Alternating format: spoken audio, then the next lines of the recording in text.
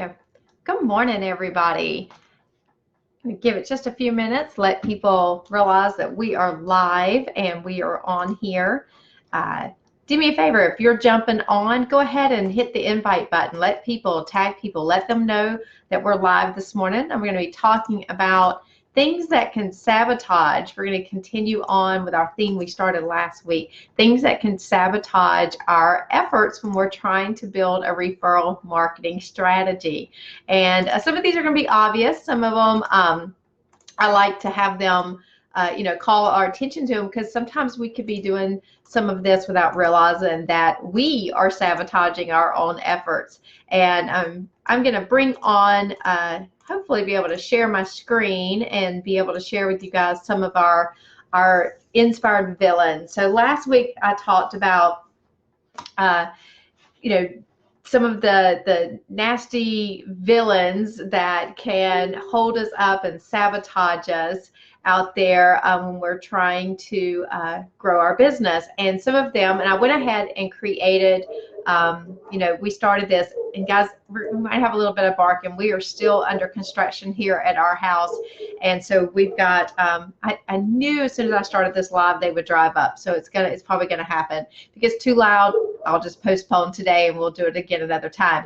But last week I talked about a couple of these that sneak up on us, and I went out and created our, the dots, which is part of our inspired tradition here. Typically, we have addressed some of these habits in the past with some of the dots, and then of course we have the inspired dot. We're going to take it to a different level now. We're actually going to talk about some of the things that sabotage us, but ultimately I'm going to ask you guys for your help.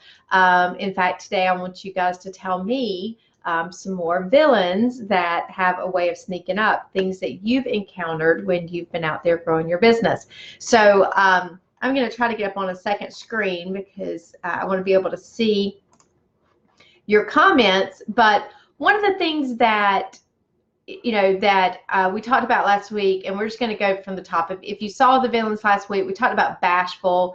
I created Bashful Betty. I'm not even sure I actually brought her up last week, but she's definitely worth talking about today. And this would be more that person, it could be something you just notice in your own self. This is the person, if you'll notice, if you go back and look, and I'll share them again on the post in just a moment, but Bashful Betty, she's kind of got her hands behind her back, eyes downcast. Her resting face is a frown. Not really somebody that wants to get out there, and I would say not someone who in this state has the skill sets to get out there and shake hands. Doesn't mean that they're not sitting there the whole time thinking, I've got to shake hands, I've got to walk across the room, I've got to meet people, but it scares them to death. They struggle with it. It's not something that's easy for them. And so, if this is you, understand you're not alone. In fact, the more I've been training referral marketing, the more I've realized that there's just a lot of people out there that are really, really scared, and they really have gotten good at faking it. And I can usually tell, especially if I'm presenting in a room or facilitating a meeting, and I tell everybody that, it's time to stand up and introduce themselves. If people haven't been forewarned or they don't know that this is something that's going to happen, I can literally look at the body language, either from like the way that they swallow, they'll look at the person who invited them, like, you didn't tell me I was going to have to do this. They immediately, their entire body language just changes. So one of the things I like to do when, again, if I'm facilitating and know that I'm going to have that during the open networking, when I'm meeting them, I like to let them know ahead of time that this is coming. This is what you're going to have the opportunity to do. I've even had someone say, well, what do I say? And I've had the ability to stand right there and kind of tell them real quick something that they would be able to say based on their industry and things like that. I've also, try to keep it very simple with my instructions when it's time for someone to stand up. And, if you've ever attended some of my mastermind groups, I'll say, when it's time to introduce yourself, I'll actually say this is the order we're looking for. One, to keep it concise, for those who aren't so bashful. But it's really a point where it's like, I'll introduce your name, your company name, your industry, and then I've kind of preferenced it for the next thing I want them to say.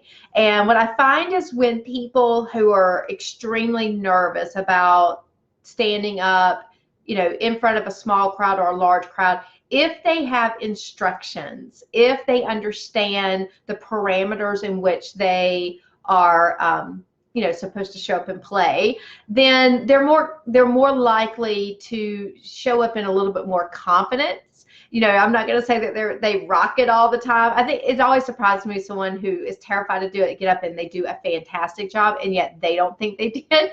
But it does help. And so if you're ever at a networking event, you see someone who's really struggling with this, and you have the opposite personality, you have the ability to go make introductions, then do yourself a favor.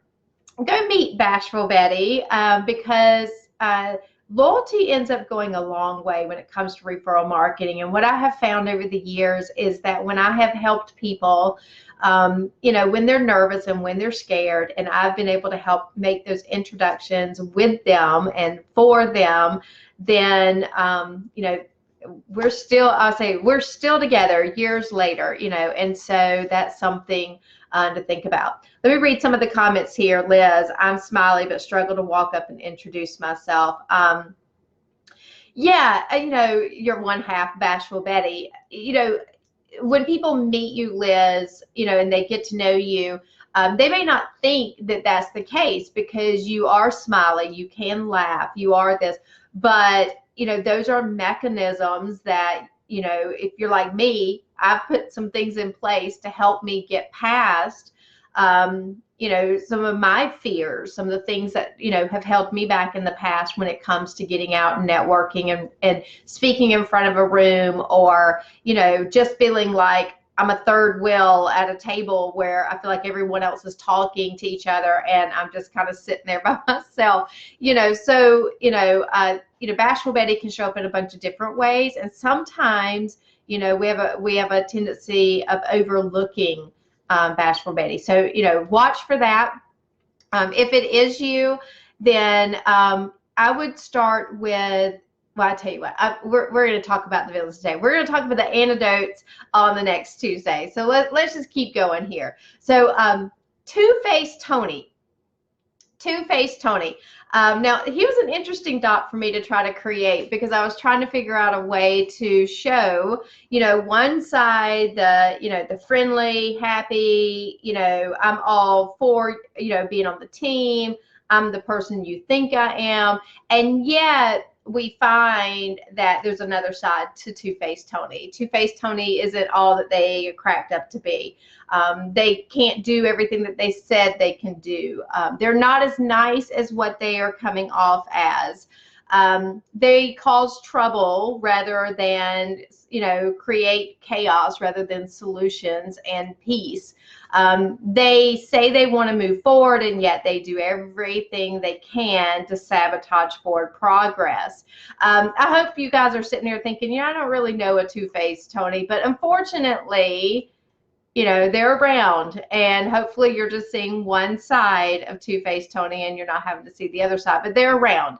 And so I just want you guys to be aware that if you find yourself constantly battling that personality style, then you need to think about eradicating that person from your inner circle, or if it is a large network you're involved with, just make sure that those that you're networking with are the ones that are going to keep moving you forward. Trust, it goes a long way when it comes to referral marketing. So you want to make sure and that the person that you're training and you're asking to be a part of your success story is true blue, okay, is true blue. So let's talk about the third one, Negative Ned. So Negative Ned, he's been around with our Inspire group for quite a while. He was one of our original dots. And so, the thing about Negative Ned is he sometimes is, it's not like he's going to walk in the room. Oh, I don't know. Sometimes they walk in the room and you know exactly who they are. We say they walk in the room and they just suck the fun right out. But this is also someone who, I wouldn't say they're two-faced. Tony's definitely two-faced. You don't know what you're getting. But negative Ned, you do know what you're getting. And so I always ask people, why would you ever invite, in fact, let me back up a minute. In fact, when we are growing our inner circle and we are deciding on, what industries we would like to have in our group and who would be strong candidates to bring inside of our strategic partnerships, yes, we start with industries that we would like to, fill in certain seats. But the thing is that I always tell everybody, but remember that when you meet these people, or I don't care if they're a client or a family member, if you don't like them out there, why would you ever invite them in here where we're going to be interacting with them on a more regular basis? Negative Neds are like a bad piece of fruit. They can get into a group and before you know it, you've got a problem in your group. I have seen one negative person kill an entire group of professionals that before that person got there, they were on fire. And then that person gets in there and starts causing all kind of negativity and, and woe is me, nothing's ever perfect, nitpicking, always want to find the answer, to find a problem to complain about, but never willing to find the answer.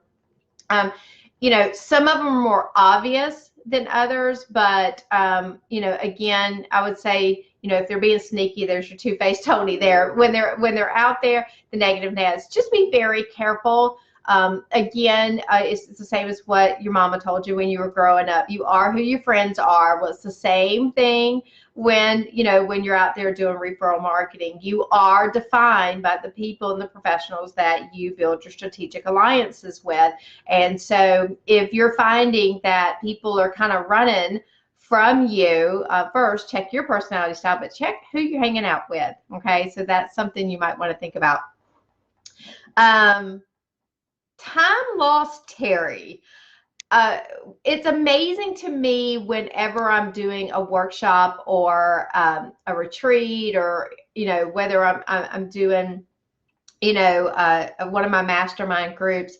I've done surveys or I've done questionnaires where it's like, okay, tell me some things that if you could eradicate this, or if you could, what do you feel is holding you back? Some of your biggest challenges. And the word time management, I would have to say, is probably in the top 1 to 3 things that are brought up the majority of the time. I mean, and so, there's, someone has kindly brought to my attention that there's only so many hours in a day. So it's not a matter of can I create more hours or more time or more minutes, but it's more about what you're doing about being more efficient, more effective. So time lost Terry is that villain who's always late. I mean, they're running from one thing to the next because they're unorganized. They have no system in place. I'm a big opponent for calendar blocking. I train it, I teach it with my clients, I implement it myself, my team. Time blocking is huge for me. In fact, Tuesdays, I wake up on Tuesdays and I'm like, oh my gosh, it's such a busy day for me. But it's a very organized day. And, there are certain appointment types that can be booked on my calendar on certain days. There are certain activities that can be booked on certain days in my calendar. Life happens. There's no control over some things, but the faster I can get back to my system, the more efficient and more effective I am in growing my business. Time lost Terry is the complete opposite. Time lost Terry has no clue what time it is, doesn't plan according. You ever been to someone like you're supposed to do something for an hour, but every time they show up, they can only do it for 30 minutes. They can only do it for 15 minutes. Or I knew we were going to get that bark. Let's see if we can keep it calm. Everybody say good morning to Millie. She's making sure no one can come in our house without us letting know it. That's my doorbell for the day. But time lost here. If it gets real noisy, I will go ahead and stop us for the morning, and then we'll just try to do this again next week. But with time lost Terry, one of the things you're going to find is the opposite. This is someone who maybe you're doing a phone call with, and you can tell they're doing 10 different activities in the background. And you may be time lost Terry, and you may think it's not a big deal. But I will tell you, when it comes to referral marketing, one of the biggest mistakes you can ever make is to let other people think that your time is more important than theirs. Think about that. You're going to ask people to recommend you. You're asking people to be a part of your success story, and yet when you're meeting with them or trying to work to tell them how they can help train them or vice versa, the opposite happens. You're creating the negative effect to your business. You're actually letting someone think that your time is more important. This is people who show up late to meetings, people who leave early from meetings. These are people, again, like they're on the phone, but you can tell they're not listening to you. This is people who have no time commitment. Like if it's supposed to be, half my time, half your time, and they take all the time about them and there's no time left about you. You got to watch this. This person can, even in their midst of chaos, can actually, I laugh, can actually steal time from you, right? Where you could be working on your business. You could be working with another strategic partner. You could be attending another networking event that, there we go, time lost Terry, or definitely her best friend. Is selfish Sally. There we go.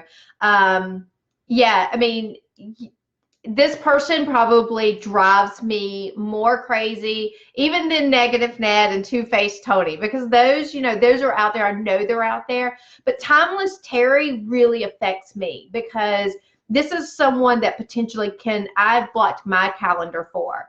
And, their lack of organization, their lack of commitment affects me. Two-Faced Tony and Negative Ned, I can walk away from. Like, I can eradicate them from my space. Time lost Terry is someone who can sneak up and next thing you know, they've stole an hour of my day because I'm sitting. I literally had a client this week say that she had 5 interviews for employment set up. She set herself up. Now, we've done some things to help with here, but she had set herself up at a sandwich shop, and she had 1 of them out of the 5 show up. Now think about the time span she sat there, blocked out of her calendar, and yet had people who said they would be there, was going to be a commitment, and which brings us to our future villains we're going to talk about. But time lost Terry, if this is you, you need to put things in place so that you can eradicate this personality style from your own self, because this will lose you opportunities from people. Because I can tell you right now, if you can't show up for me, there's no way I'm going to put you in front of a client. There's no way I'm going to let you show up late to an appointment. There's no way I'm going to put you on a phone with a client and let you, be distracted and not give them the attention that I would give them. And so time lost Terry, you're going to be tough out of luck when it comes to referrals, because you're unreliable. So again, and I love that, Lisa, selfish Sally. Exactly. That's exactly the results of what happens with time lost Terry. Run around Rick. Okay, so I finally named our guy. So this is a dot that's been around with Inspired since the beginning. He was kind of our guy that was always spinning around. But run around Rick, think about when you go to networking events, how many of you have ever been to an event and you feel like there's that one person that runs, they're at every event you go to. You see on Facebook, they're at every event you're not at. They're also that person who, it's like they don't feel that they were successful unless they met and talked to every single person at an event. I talked about that this is that person that looks like they're playing 52 card pickup with their business cards. The problem with Run Around Rick is, yes, you think they know everyone. Okay, and that's the perception people have, and that's why this one's a sneaky one. You think this person's got all the connections, you think this person knows everybody, they're the professional networker. And what I have found is because they're so busy running around that the relationships that they have are just surface level relationships. Yes, everyone knows exactly who they are, so maybe they have a high visibility rating, but is it a good visibility rating? And that's where you need to dig into that person and see whether or not this is really someone you want to add to your network.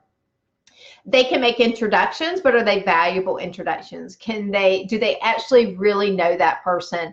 And bringing you up isn't just a recommendation. If they fail to have credibility, okay, if they fail to have credibility, then whether or not they bring you up or not is irrelevant, because that person has no faith in Runaround Rick. And so it doesn't matter what Runaround Rick says, because no one's going to put any value to that person, because there's been no deeper relationship built, because there's no time to do that, right? Because they're barely having a conversation with that person.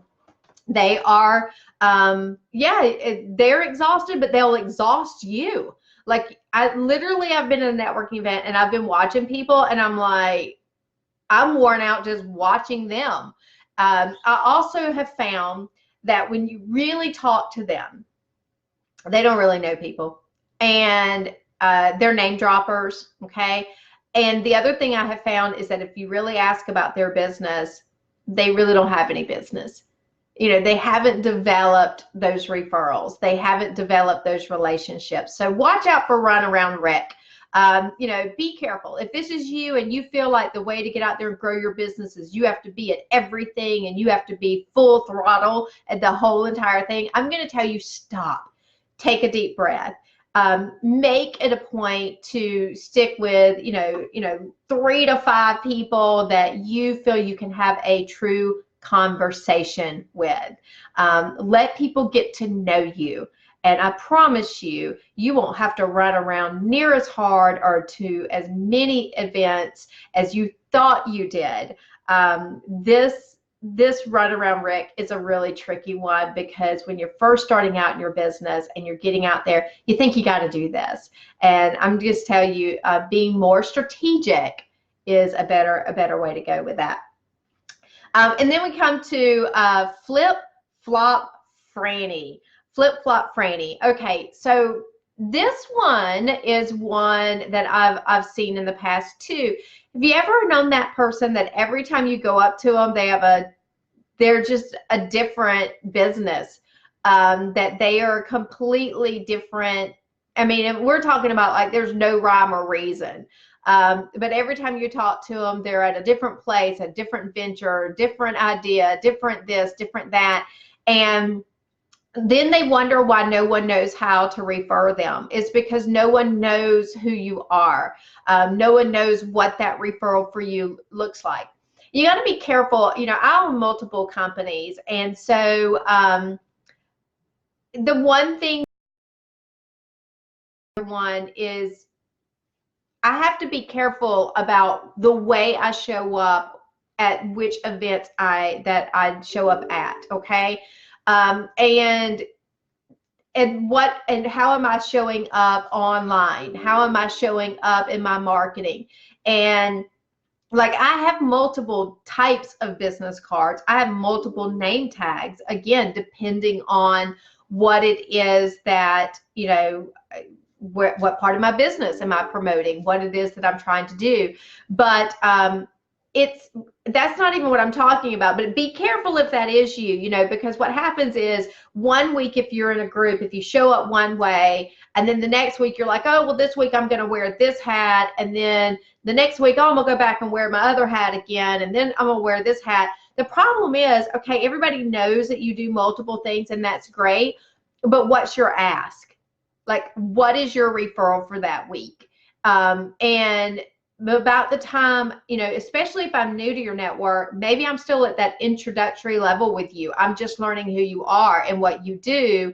And then the next week, I think I'm ready to learn the next level, like how's a good referral for you? What's a good target market for you under this industry? And yet you show up and you're a completely different industry. And then it's like, okay, wait a minute. So this is an introductory level thought process on referral marketing. And okay, I need to learn your target market for this. And then I come back next week and you're talking about this again. But when you talk about this, when you're talking about it different, like pick a lane for a little while. I'm not saying you can't be everything, but what I always tell people, wear that hat for a couple of weeks. Make sure you're doing strategy sessions with people that can help refer you in this lane. When you switch and let people know, I also do this, or I have another company, or I have a side gig, you know, it's okay because you could get referrals from that too.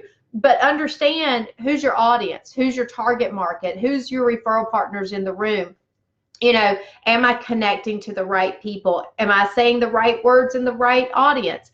So just be very aware that flip-flop Franny isn't, you know, having multiple businesses isn't, you know, isn't the villain. It's how you're showing up, how you're doing things that that can be confusing.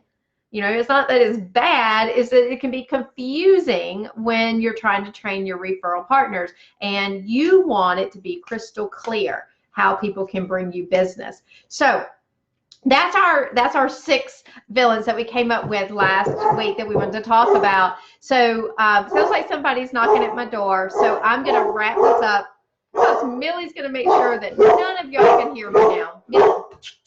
Sorry, guys, it's real. We're live, and of course, it is Tuesday tips on at 10 o'clock with Amy Kilpatrick. And I'll catch you guys next week. And just remember, we'll have some more villains for us to talk about.